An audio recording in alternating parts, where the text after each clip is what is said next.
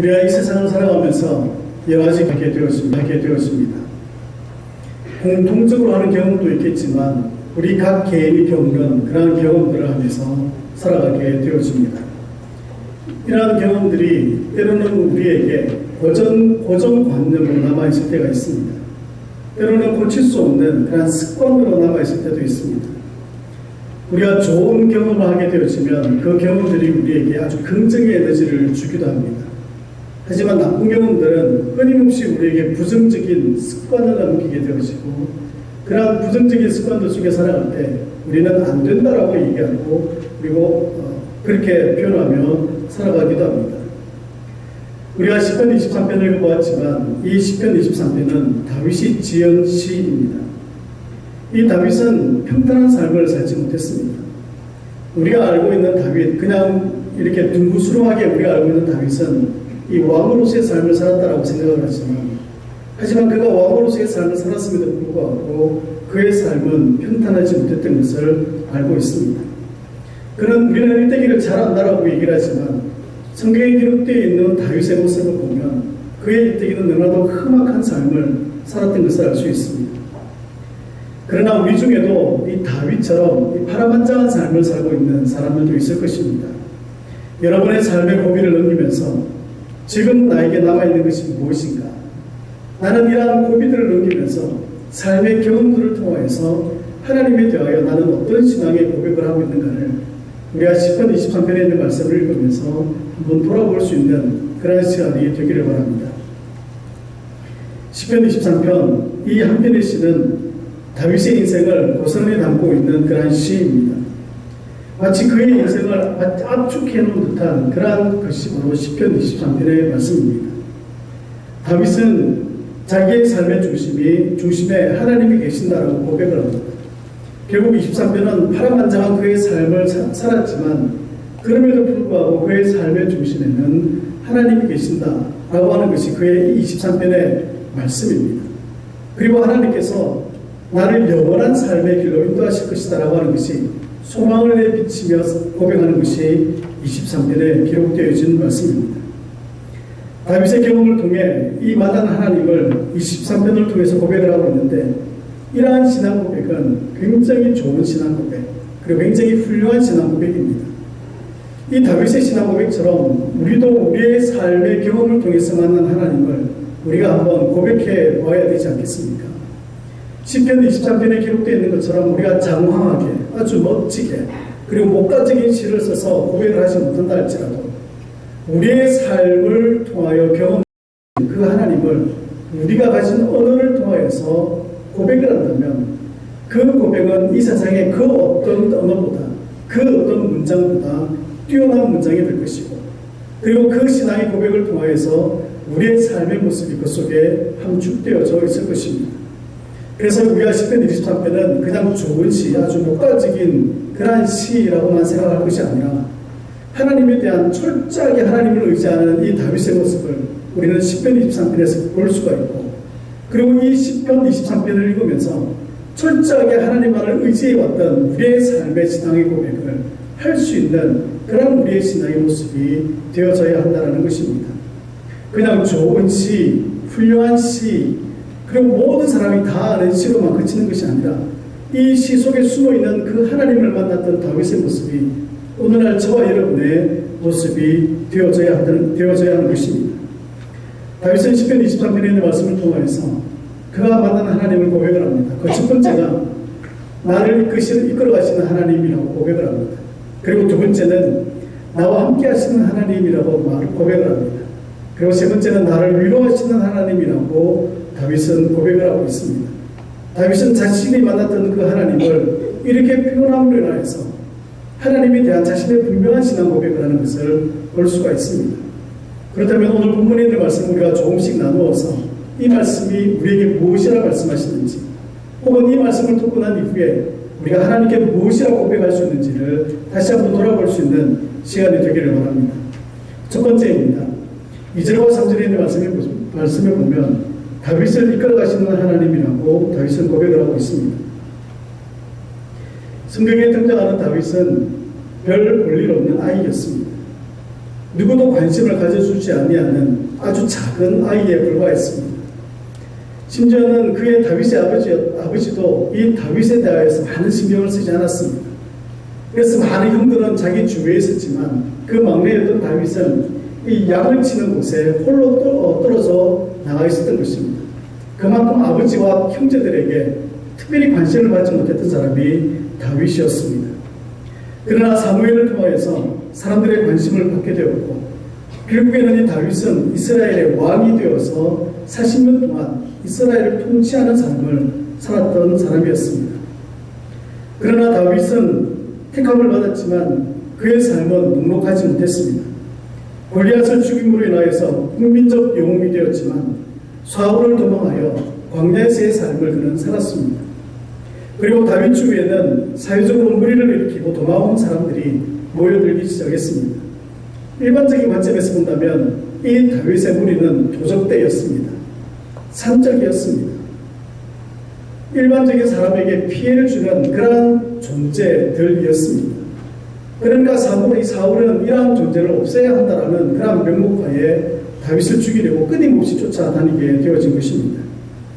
600여 명의 사람들이 함께 광야를 지내면서 광야에서 생활을 했습니다.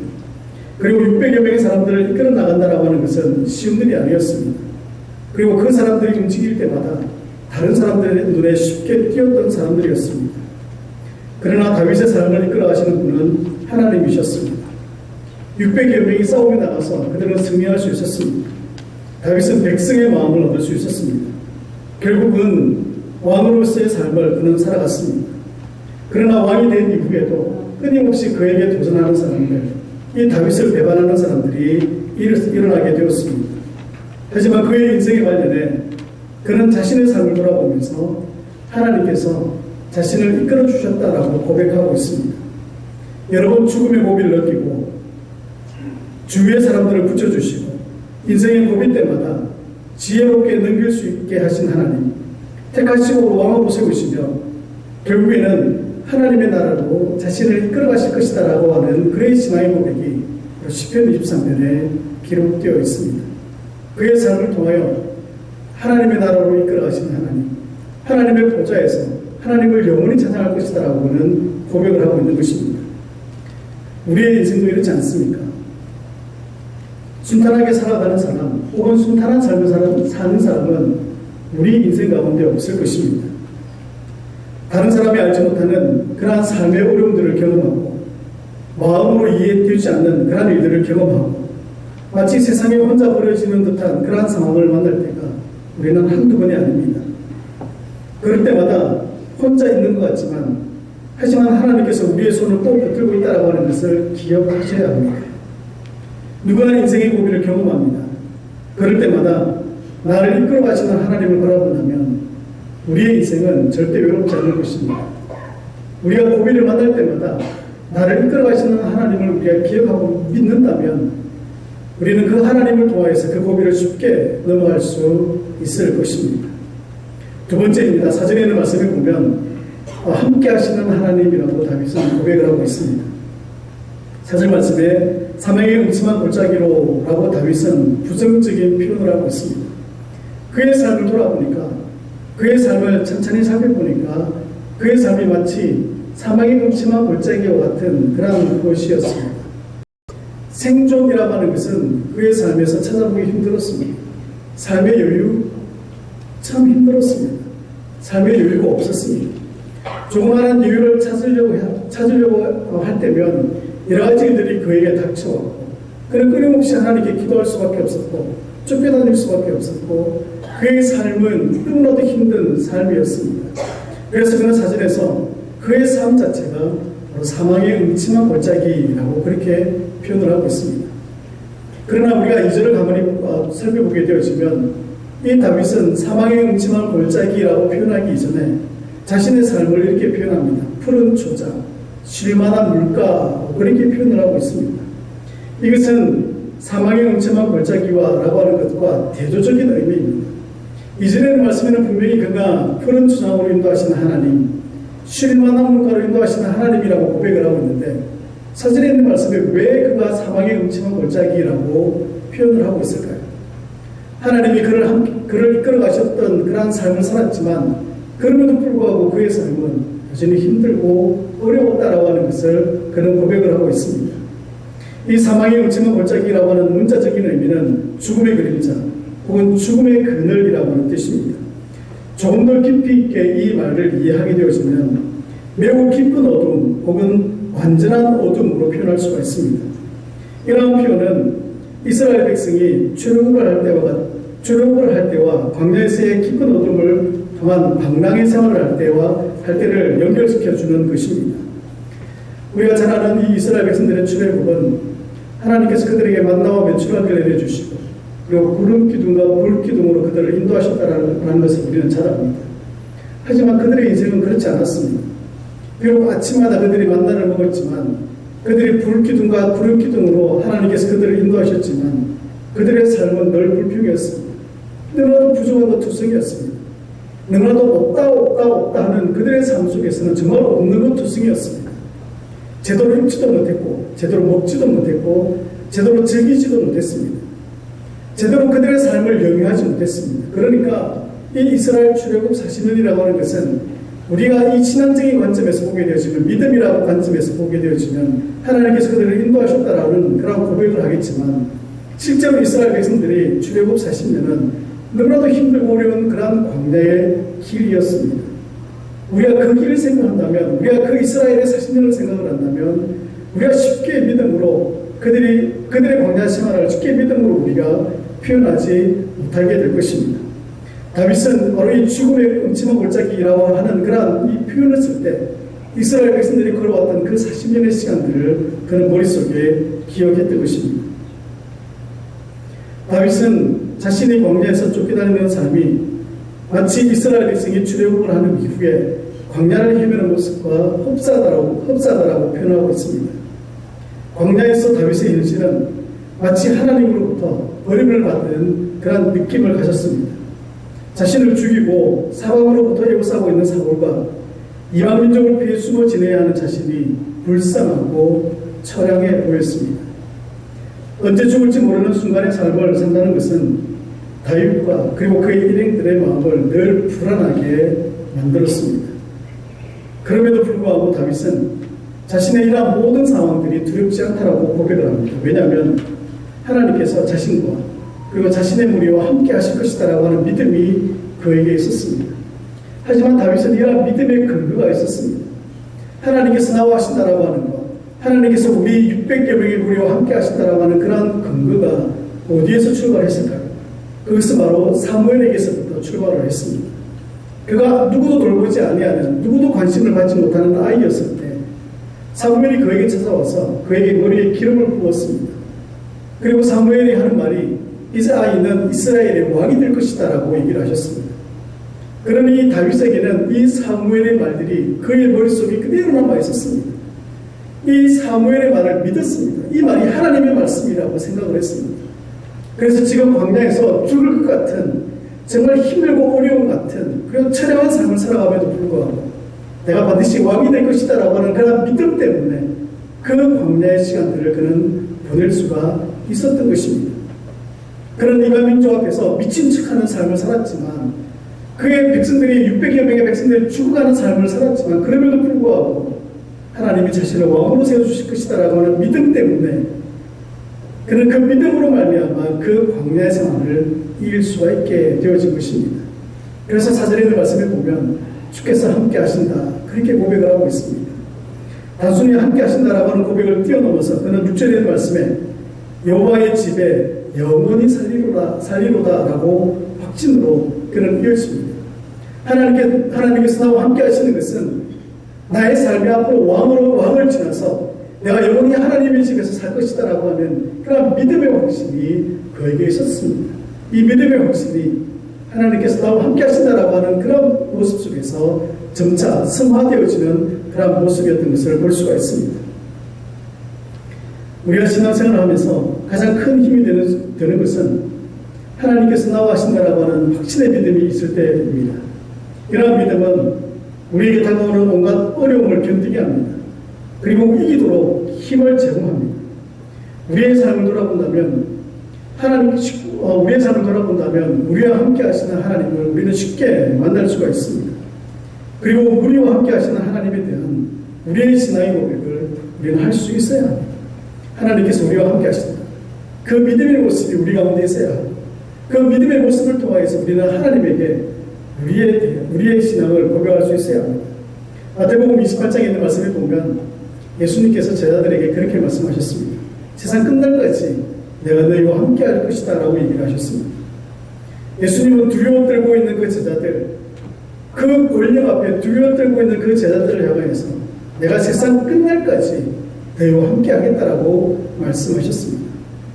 우리가 잘 알고 있는 것처럼 이 초대교회 제자들의 모습은 녹록지 않았습니다.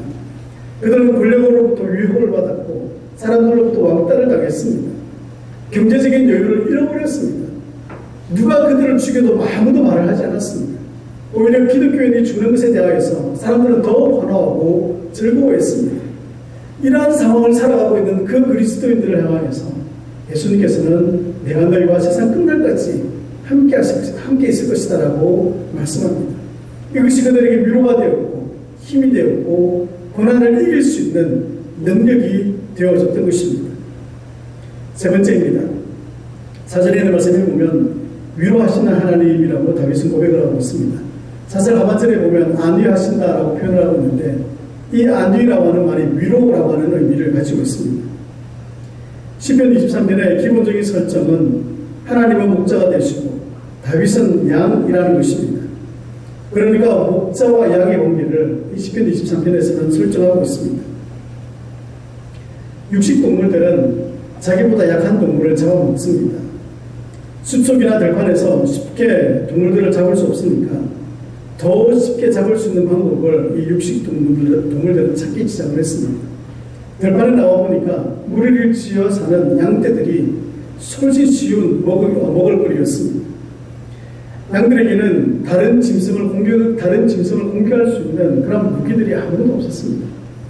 오로지 짐승이 공격을 하면 당할 수밖에 없는, 무차별하게 당할 수밖에 없는 그러한 짐승들이었습니다. 단지 그들을 구하기 위해서 무리를 지어서 생활할 뿐이었습니다. 하지만 무리 지어서 생활한다 하더라도 짐승이 한번 육식동물이 한번 쳐들어오면 그 무리는 뿔뿔이 흩어질 수밖에 없었습니다. 그만큼 양들은 약한 존재였습니다. 그러나 이 양들이 의지하고 기댈 수 있는 그런 존재가 있는데 그 존재는 바로 목자라는 것입니다. 이 목자들이 양을 지키고 그 양들을 향하여 달려오는 그 육식동물들을 막아냈는데 이 목자들이 충분히 훌륭한 역할을 감당했습니다. 그런데 이 목자들 역시 육식동물을 이길 수 있는 방법은 없었습니다. 그러니 그들에게 무기가 있었는데 그 무기는 바로 지팡이와 막대기였습니다. 막대기에는 쇠조각을 붙였습니다. 그래서 육식 짐승을 때리면 그 쇠조각을 통해서 육식 짐승이 충격을 받게 되어지고 충격을 받으면 도망을 가게끔 이렇게 하는 막대기, 그게 유일한 무기였습니다. 그리고 지팡이와 막대기는 양을 먹이기 위해 달려드는 짐승을 막거나 혹은 양들을 바른 길로 인도하기 위해서 사용되어지는 것들이었습니다. 다윗은 양을 지켰던 자신의 경험들을 되살려서 양들을 보호하는 것이 마치 하나님께서 양과 같은 자신을 보호한다라고 하는 그런 느낌을 그는 받았습니다. 그리고 그는 고백을 하고 있습니다. 심지어는 이런 것이 자신을 위로하는 것으로 사용되어졌다라고 고백을 하고 있습니다. 하나님의 목자의 지팡이와 막대기가 양들을 위로하는 것처럼 하나님께서 자신을 위로한다라고 생각을 했습니다. 육식동물로부터 지켜주는 그런 목자이신 하나님께서 그러한 세상의 많은 악들로부터 이 다윗을 지켜주기 때문에 다윗은 그러한 것들로부터 위로를 받는다라고 고백을 하고 있습니다. 불안에 떨고 있고 고난당하고 있는 자들에게 마치 양을 보호하고 인도하시는 목자의 모습이 하나님의 모습으로 비추어졌던 것입니다. 그래서 다윗은 위로받았습니다. 하나님의 위로는 일시적인 위로가 아닙니다. 물론 일시적으로 우리에게 위로를 주시기도 합니다. 하지만 하나님의 위로는 영원한 위로이십니다. 영원한 위로는 한순간에 끝나는 것이 아니라 순간순간 우리에게 주어지시는 하나님의 위로이며 하나님의 위로로 인해서 자신이 보호받고 있다는 것을 확신하며 살아가는 것을 의미하고 있습니다. 다윗을 위로하셨던 하나님께서 오늘을 사는 하나님의 백성인 저와 여러분을 위로하고 계십니다. 하나님은 어떤 방법을 통해서라도 우리를 위로하고 계시고 그 위로를 통해서 우리의 삶에 평안을 얻기를 원하셨던 것입니다. 예수님께서 골방에 갇혀있는 그 제자들에게 나타나셔서 그들에게 첫 번째 하신 말씀이 평안이 있을지어다 라고 말씀하셨습니다. 예수님이 그들에게 평안을 비신 것은 그들을 위로하시는 말씀이었습니다. 두려움에 떨고 있고 그들의 목자였던 그들의 스승이었던 예수님을 잃어버린 그 제자들에게 예수님께서 그들에게 위로를 하신 것이 평안이 있을지어다라고 말씀하셨던 것입니다. 우리의 인생도 마찬가지지 않겠습니까? 우리가 살아가다 보면 불안할 때도 참 많이 있습니다. 두려움에 사로잡힐 때도 있습니다. 고난으로 인하여서 어려움을 살 때도 있습니다. 그런데도 하나님께서 이런 삶을 사는 우리를 위로하고 계십니다. 고린도후서 1장 3절과 7절에 있는 말씀에 보면 이 환난을 당하고 있는 그리스도인들을 향해서 사도 바울은 위로의 말을 그들에게 하고 있습니다. 제가 사설에 있는 말씀을 표준 세번역으로 한번 읽어보겠습니다. 온갖 환난 가운데서 우리를 위로하여 주시는 분이십니다. 따라서 우리가 하나님께 받는 그 위로로 우리도 온갖 환난을 당하는 사람들을 위로할 수 있습니다. 바울은 결코 우리가 이 어려움을 당하는 것이, 고난을 당하는 것이 우리 혼자로만 그치지 아니한다. 또 누군가가 우리를 위로하고 그 위로를 통하여서 우리가 힘을 얻게 되었습니다. 라는 것을 얘기하고 있습니다. 어느 날 밤에 한 사람이 꿈을 꾸었습니다. 예화입니다. 예화. 주님과 함께 해변을 걷는 꿈을 꾸었습니다.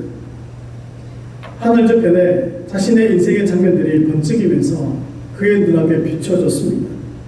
한 장면씩 지나갈 때마다 그는 모래 위에 난 두 쌍의 발자국을 보았습니다. 하나는 그의 것이었고 또 다른 하나는 주님의 것이었습니다. 인생의 마지막 장면이 비쳤을 때 그는 모래 위의 발자국을 돌아보았습니다. 그는 자기가 걸어온 발자국이 한 쌍밖에 없을 때가 많았던 사실을 알아차렸습니다. 그때가 바로 그의 인생에서 가장 어렵고 힘든 시기였음을 그는 생각하게 되었습니다. 그것이 몹시 마음에 걸려서 그는 주님에게 물어보았습니다. 주님께서는 제가 당신을 따르기로 결심하고 나면 항상 저와 함께 동행하시겠다고 약속하셨습니다. 그런데 지금 보니 제 삶의 가장 어려운 시기에는 한 쌍의 발자국밖에 없습니다. 제가 주님을 가장 필요로 했던 시기에 주님은 왜 저를 버리셨는지 모르겠습니다. 한참 동안의 침묵이 이어졌습니다. 그리고 난 이후에 주님께서 그 사람에게 이렇게 말씀하셨습니다. 나의 소중하고 소중한 아들아, 나는 너를 사랑하기 때문에 너를 버리지 않았다. 내 시련과 고난의 시절에 한 쌍의 발자국만 보이는 것은 내가 너를 업고 갔기 때문이다. 예수님이 그 사람에게 얘기를 해주었습니다. 다윗은 그의 일생을 통해 자신을 보호하고 인도하시는 하나님에 대한 그러한 신앙의 고백을 시편 23편에 있는 말씀을 통해서 하고 있습니다. 자신이 살아온 모든 길을 인도하시는 분은 하나님이심을 고백하고 있습니다. 우리의 삶도 마찬가지지 않겠습니까? 여기까지 살아온 삶이 나의 힘으로 살아온 것인지 아니면 하나님의 인도하심으로 살아온 것인지에 대한 분명한 우리의 신앙 고백이 있어야 합니다. 사랑하는 성도 여러분, 하나님은 우리의 목자 되십니다. 목자 되시는 하나님께서는 우리의 현실에서의 삶뿐만 아니라 영원한 하나님의 나라로 우리를 이끌어 가십니다. 우리의 삶 가운데서 역사하시는 하나님의 손길을 우리가 바라보아야 합니다. 목자이신 예수님의 손을 잡고 우리의 인생을 걸어갈 수 있는 저와 여러분의 삶이 되시기를 바랍니다. 기도하겠습니다.